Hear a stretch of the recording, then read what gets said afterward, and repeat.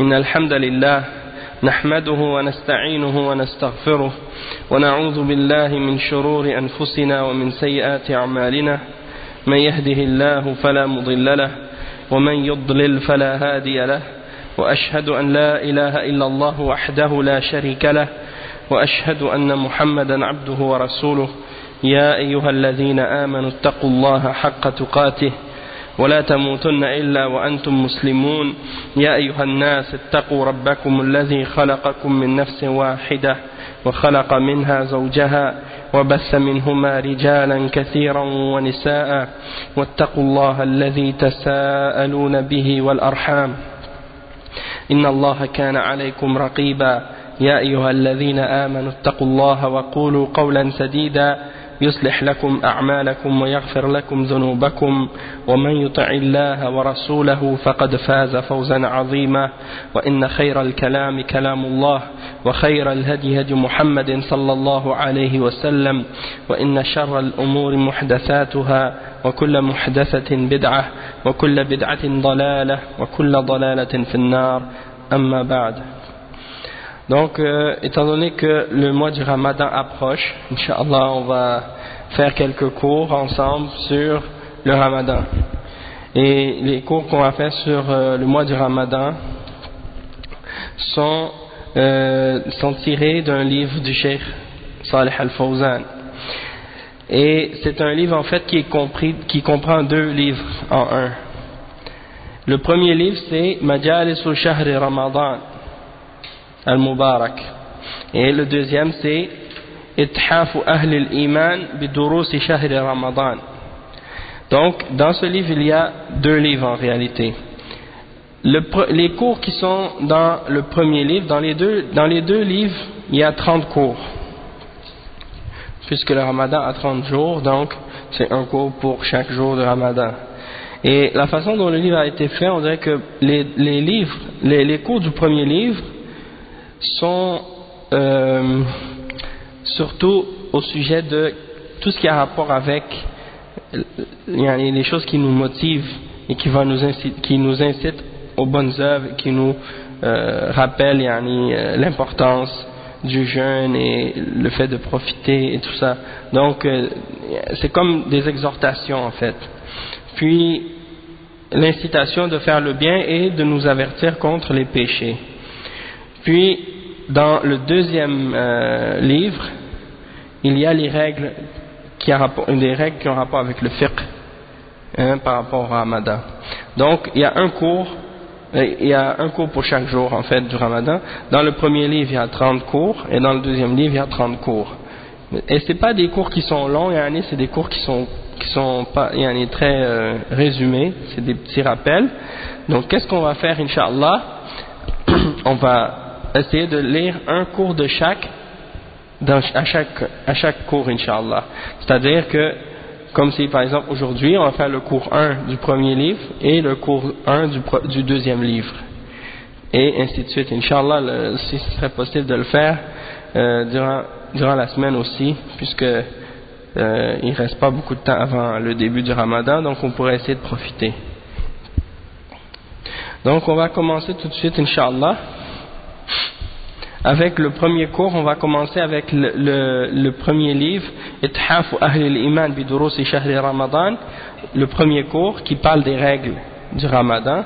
Puis quand on a terminé celui-là, on commencera le premier cours sur le premier livre, et c'est au sujet de se réjouir de l'approche et de la venue du mois de Ramadan. Donc le premier cours, Dars al-Awwal fi bayani mata furida sawm Ramadan ala al-Ummah. C'est-à-dire le premier cours, il explique quand est-ce que le jeûne du Ramadan a été ordonné à la Ummah, est devenu obligatoire pour la Ummah. Cheikh il dit Alhamdulillah ذي الفضل والإنعام شرع الصيام لتطهير النفوس من الآثام والصلاة والسلام على نبينا محمد خير من صلى وصام وداوم على الخير واستقام وعلى آله وأصحابه ومن اقتدى به على الدوام أما بعد قال الله تعالى يا أيها الذين آمنوا كتب عليكم الصيام كما كتب على الذين من قبلكم لعلكم تتقون والآيات بعدها فقد ذكر الله سبحانه وتعالى في هذه الآيات الكريمة أنه كتب الصيام على هذه الأمة كما كتب على من قبلها من الأمم وكتب بمعنى فرض فالصيام مفروض على هذه الأمة وعلى الأمم قبلها.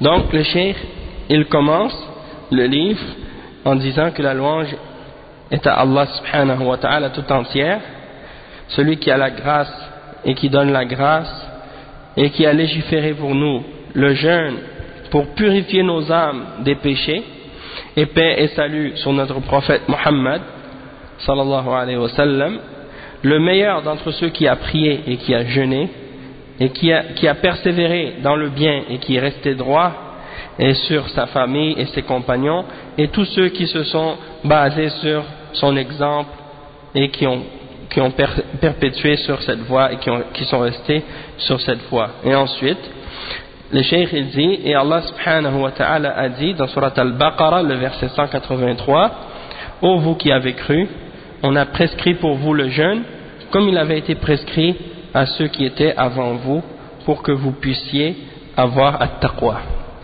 Pour que vous puissiez avoir at-taqwa. Avant d'oublier, je vais donner à Maïga la copie des questions. Donc le cheikh il dit, ce verset ainsi que les versets qui suivent. Ce verset ainsi que les versets qui suivent, c'est dans surat al-Baqarah le verset 183. Donc il dit ce verset ainsi que les versets qui suivent sont les versets dans lesquels Allah subhanahu wa ta'ala a mentionné qu'il a prescrit le jeûne du Ramadan pour cette ummah, comme il l'avait prescrit au peuple qui était avant. Et le mot ou le verbe kataba, kutiba, c'est à la forme indirecte, kutiba, kataba, c'est dans le sens de ordonner, de rendre obligatoire. Okay? Donc le jeûne, il est obligatoire pour cette ummah comme il l'a été pour les peuples avant. Donc ça c'est une série de versets qui se suivent dans Surat al-Baqarah qui parlent de l'obligation du jeûne. À partir du verset 183 jusqu'à 185. Et les versets en arabe sont يعني يا أيها الذين آمنوا كتب عليكم الصيام كما كتب على الذين من قبلكم لعلكم تتقون أياما معدودات فمن كان منكم مريضا أو على سفر فعدة من أيام أخر وعلى الذين يطيقونه فدية طعام مسكين فمن تطوع خيرا فهو خير له وأن تصوموا خير لكم إن كنتم تعلمون شهر رمضان الذي أنزل فيه القرآن هدى للناس وبينات من الهدى والفرقان فمن شهد منكم الشهر فليصمه ومن كان مريضا أو على سفر فعدة من أيام أخر يريد الله بكم اليسر ولا يريد بكم العسر ولتكملوا العدة ولتكبروا الله على ما هداكم ولعلكم تشكرون. Donc ça signifie, donc le premier verset comme on l'a lu tout à l'heure, ô vous qui avez cru, on vous a prescrit le jeûne, as-siyam en arabe, comme on l'a prescrit à ceux qui étaient là avant vous pour que vous atteigniez at-taqwa, pendant un nombre déterminé de jours. Quiconque d'entre vous est malade ou en voyage devra jeûner un nombre égal d'autres jours. Mais pour ceux qui ne pourraient le supporter qu'avec grande difficulté, il y a une compensation, nourrir un pauvre. Si quelqu'un fait plus de son propre gré, c'est pour lui. Mais il est mieux pour vous de jeûner si vous saviez. Ces jours sont les mois du Ramadan, au cours duquel le Coran a été descendu comme guide pour les gens et preuve claire de la bonne direction et du discernement. Donc quiconque d'entre vous est présent en ce mois, qu'il jeûne. Et quiconque est malade ou en voyage, alors qu'il jeûne un nombre égal d'autres jours. Allah veut pour vous la facilité, il ne veut pas la difficulté pour vous, afin que vous en complétiez le nombre et que vous proclamiez la grandeur d'Allah pour vous avoir guidé et afin que vous soyez reconnaissants. Donc ça c'est les versets auxquels le cheikh fait allusion ici. Et ensuite donc le cheikh il explique, il dit وقال بعض العلماء في تفسير الآية عبادة الصيام مكتوبة على الأنبياء وعلى أممهم من آدم إلى آخر الدهر. Il dit que certains ulama ont expliqué dans l'interprétation de ce verset que le jeûne est une adoration qui avait été prescrite aux prophètes et aux nations de chacun de ces prophètes depuis Adam jusqu'à la fin des temps. وقد ذكر الله ذلك لأن الشيء الشاق إذا عم سهل فعله على النفوس وكانت طمأنينتها به أكثر. C'est-à-dire que Allah subhanahu wa ta'ala a mentionné ça, c'est-à-dire il mentionne que le jeûne avait été prescrit pour nous, il a été prescrit pour nous, comme il avait été prescrit à ceux qui étaient avant nous. C'est comme si en réalité Allah subhanahu wa ta'ala il nous mentionne que cette chose-là, même si elle est lourde, même si elle est difficile, elle a été prescrite aux autres qui étaient là avant nous également. Et donc le cheikh il dit que c'est comme si une chose, lorsqu'elle devient générale et lorsque tout le monde le fait, on dirait que ça devient plus facile pour le cœur et pour l'âme de l'accepter, et ça garde notre cœur plus en paix de l'accepter. Donc c'est comme en réalité pour nous motiver à le faire et pour nous faire comprendre que c'est quelque chose que tout le monde a déjà fait dans le passé, donc c'est pas quelque chose qui est si difficile que ça puisque d'autres l'ont déjà fait. Et il dit ensuite فالصيام إذن فريضة على جميع الأمم وإن اختلفت كيفيته ووقته. Donc le jeûne c'est une obligation pour toutes les nations, même si elle peut diverger dans la façon dont il est fait, dans la façon dont ce jeûne-là est fait, et dans le moment également. C'est-à-dire que les autres peuples auparavant, quand ils suivaient leurs messagers et leurs prophètes dans leur jeûne, peut-être qu'ils jeûnaient pas nécessairement de la même manière que nous, et peut-être également qu'ils ne jeûnaient pas au même mois ou dans le même moment. Toutefois, il faut comprendre que le jeûne lui-même c'était une obligation pour toutes les nations. Il dit قال سعيد بن جبير كان صوم من قبلنا وعليكم السلام ورحمة الله من العتمة إلى الليلة القابلة كما كان في ابتداء الإسلام. وقال الحسن كان صوم رمضان واجبا على اليهود ولكنهم تركوه وصاموا يوما في السنة زعموا أنه يوم غرق فرعون وكذبوا في ذلك فإن ذلك اليوم يوم عاشوراء. وكان الصوم أيضا واجبا على النصارى ولكنهم بعد أن صاموا زمانا طويلا صادفوا فيه الحر الشديد فكان يشق عليهم في أسفارهم ومعايشهم فاجتمع رأي علمائهم ورؤسائهم على أن يجعلوا صيامهم في فصل من السنة بين الشتاء والصيف فجعلوه في الربيع وحولوه إلى وقت لا يتغير ثم قالوا عند التحويل زيدوا فيه 10 أيام كفارة لما صنعوا فصار 40.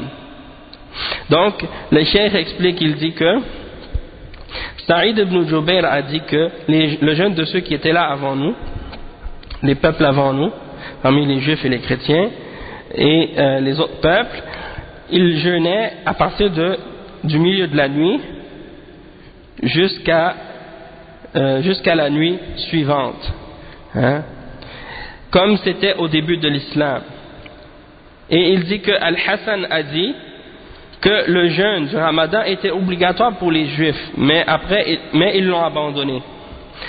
Ils jeûnaient c'est-à-dire ils jeûnaient au tout début. Le jeûne du Ramadan c'était obligatoire pour eux, mais après ils l'ont abandonné. Et maintenant ils jeûnent uniquement un jour par année. Ils pensent que ce jour-là c'est le jour dans lequel Pharaon a été noyé, et ils ont menti à ce sujet-là. Il dit parce que ce jour c'est en réalité le jour de Ashura. Ce jour c'est le jour de Ashura. Donc il dit que ça c'était un jeûne qu'ils avaient à faire. Le jeûne du Ramadan, c'était un jeûne qu'ils avaient à faire qui était obligatoire pour eux, mais ils l'ont abandonné et ils ont remplacé ça par un jour en pensant que ça pouvait compenser pour le mois au complet qu'ils devaient jeûner. Après il dit wa kana as-sawmu aydan wajiban ala an-nasara. Les chrétiens également, ils avaient une obligation de jeûner également de faire un jeûne. Mais ils ont trouvé que c'était quelque chose qui était long, et quand ça tombait au moment de l'été, que ça devenait très difficile pour eux dans leur voyage et dans leur vie de tous les jours. Alors qu'est-ce qu'ils ont fait? Ils se sont tous réunis avec leurs savants, leurs prêtres, leurs évêques ou je sais pas quoi, et ils se sont réunis et ils ont décidé de faire en sorte que leur jeûne soit dans une saison durant l'année seulement, une période durant l'année fixe, entre l'été et entre l'hiver et l'été, pardon. Donc ils ont fixé leur jeûne à la saison du printemps, et ils l'ont mis dans un temps qui est fixe, contrairement à notre jeûne à nous, qui change régulièrement, c'est-à-dire que c'est jamais dans la même saison à chaque année, dans le sens qu'on recule à chaque année, je pense, de 14 jours. Hein? Donc, ça suit le calendrier lunaire, tandis que pour les chrétiens, ça suit le calendrier solaire. Et donc, ils ont fait en sorte de faire ce changement-là pour que le jeûne ne change pas d'une saison à l'autre.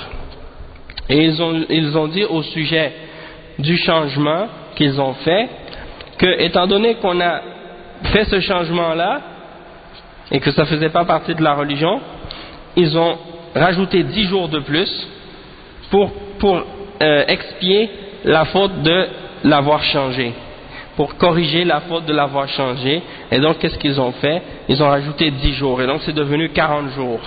Et c'est pour ça que les chrétiens, ils font un jeûne un carême de 40 jours. Et il dit ensuite وَقَوْلُهُ تَعَالَى لَعَلَّكُمْ تَتَّقُونَ أي بسبب الصوم فالصوم يسبب التقوى لما فيه من قهر النفس وكسر الشهوات. وقوله تعالى فمن كان منكم مريضا أو على سفر فعدة من أيام أخر وعلى الذين يطيقونه فدية طعام مسكين قيل هي أيام من غير رمضان وكانت ثلاثة أيام وقيل هي أيام رمضان لأنه بينها في الآية التي بعدها بقوله شهر رمضان. Donc le cheikh il dit que Allah subhanahu wa ta'ala il dit par la suite à la fin du verset 183 la'allakum tattaqun, pour que vous puissiez atteindre at-taqwa, et c'est-à-dire que en faisant le jeûne vous allez atteindre la piété et la crainte d'Allah subhanahu wa ta'ala.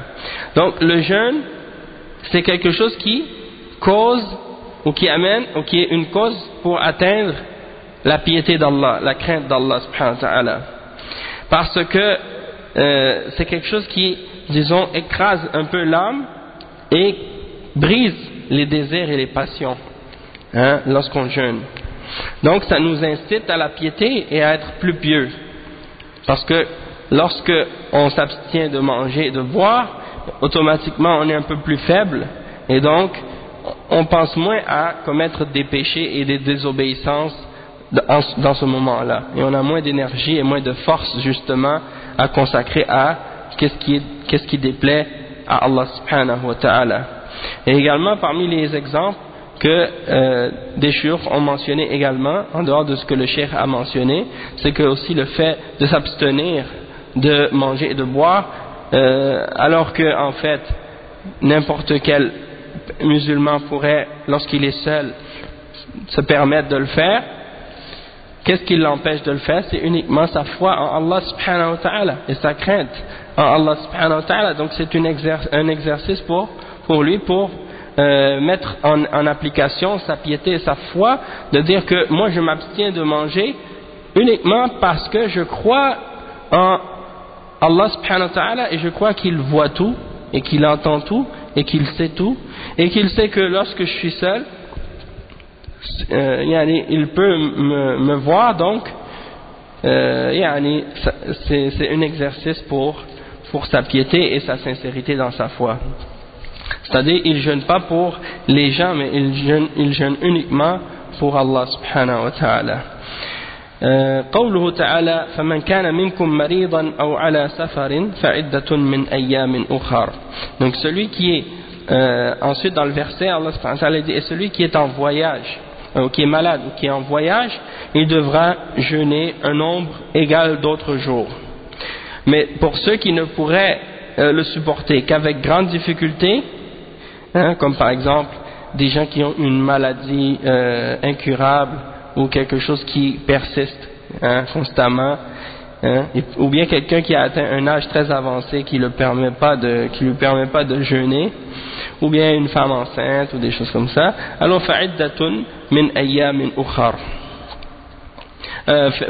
Fidyatun ta'amu miskin. Il y a une compensation de nourrir un pauvre. Donc ça c'est le verset que le cheikh a mentionné ensuite. Il dit,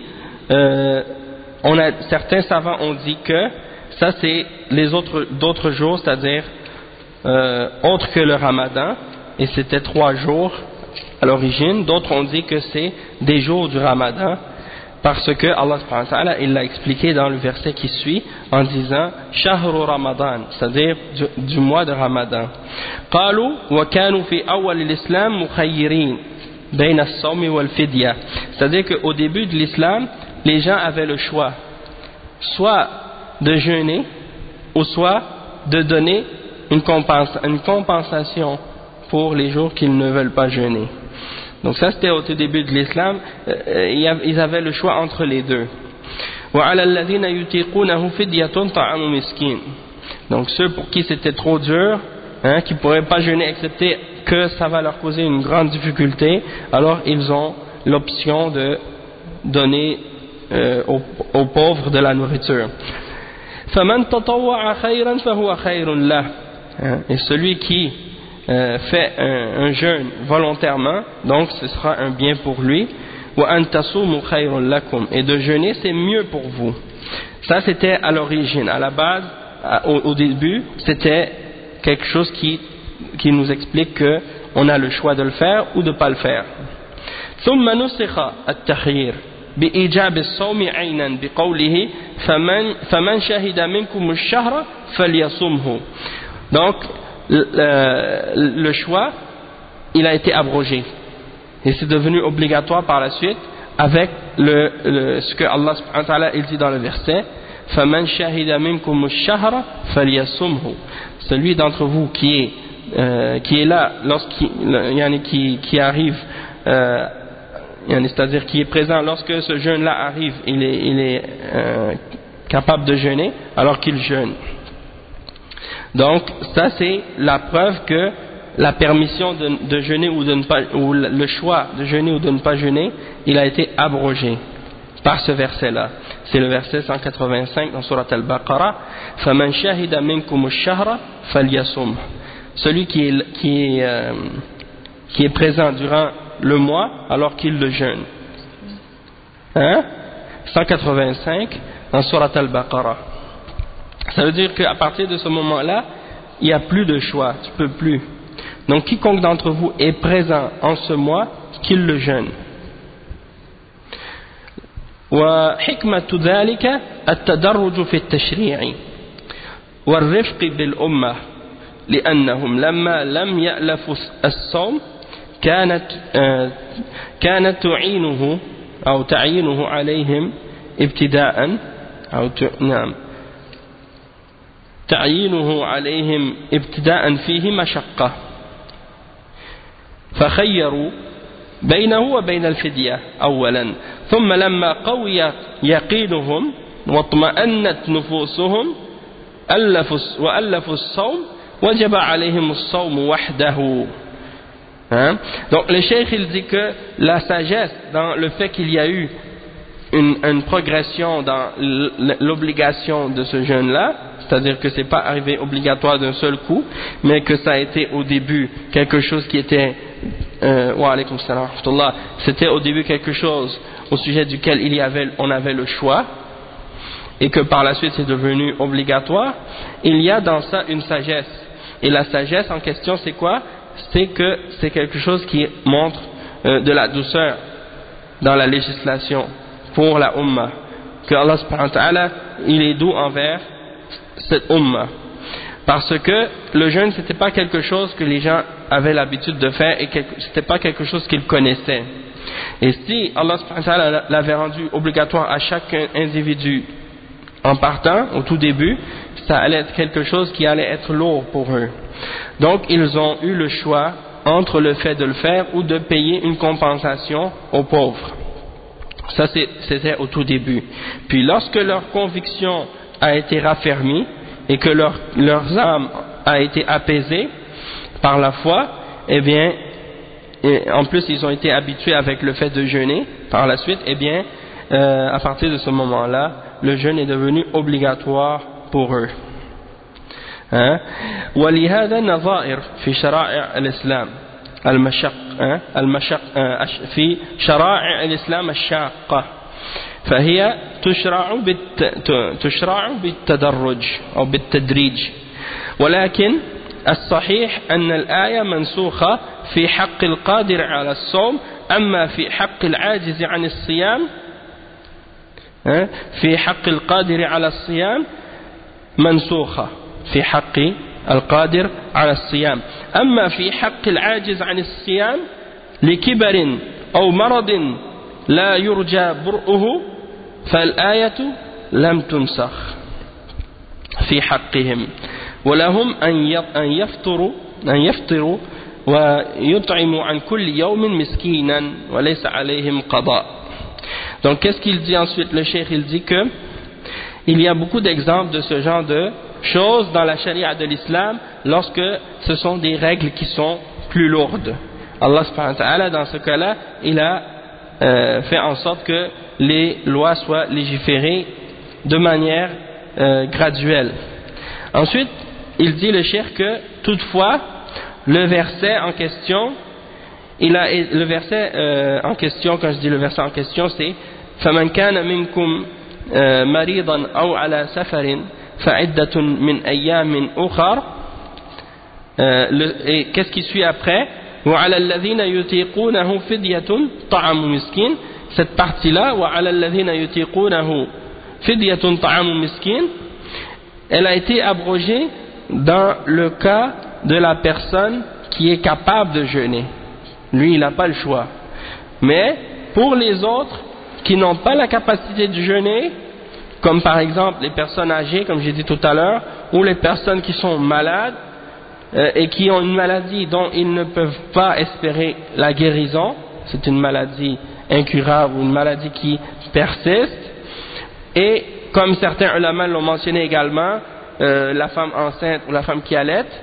Bien entendu, à ce sujet-là, il y a divergence. Le Cheikh Al-Fawzan, lui, il ne considère pas que la femme enceinte rentre dans cette catégorie-là, mais il y a des paroles des ulama, comme Abdullah ibn Abbas et Abdullah ibn Mas'ud et d'autres également, qui considèrent que la femme enceinte et la femme qui allaite rentrent dans cette catégorie-là, elle aussi. Donc, pour elle et pour eux, pour les personnes âgées et les personnes malades d'une maladie qui persiste, le verset n'a pas été abrogé en ce qui leur concerne. Et pour eux, ils peuvent ne pas jeûner et ils doivent nourrir pour chaque jeûne un jour. Pour chaque jour, nourrir pour chaque jour qu'ils ont manqué un pauvre.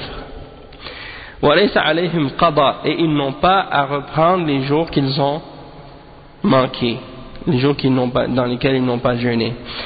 وأما غيرهم فالواجب عليهم الصوم فمن أفطر لمرض عارض أو سفر فإنه يجب عليه القضاء.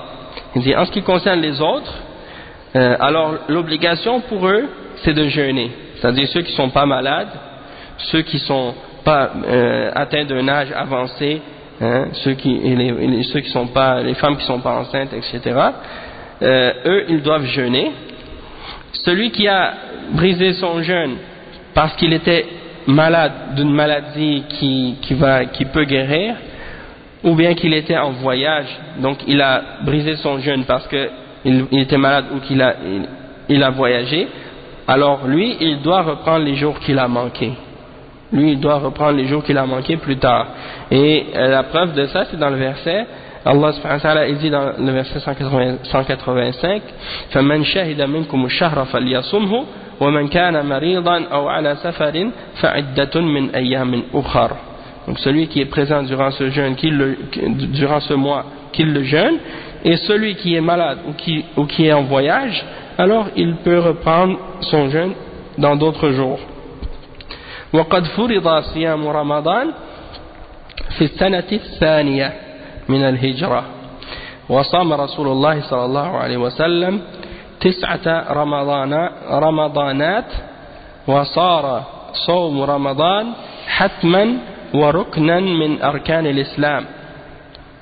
Donc le cheikh il dit que le jeûne du Ramadan il a été rendu obligatoire dans la 2e année après la hijra du prophète Muhammad sallallahu alayhi wa sallam.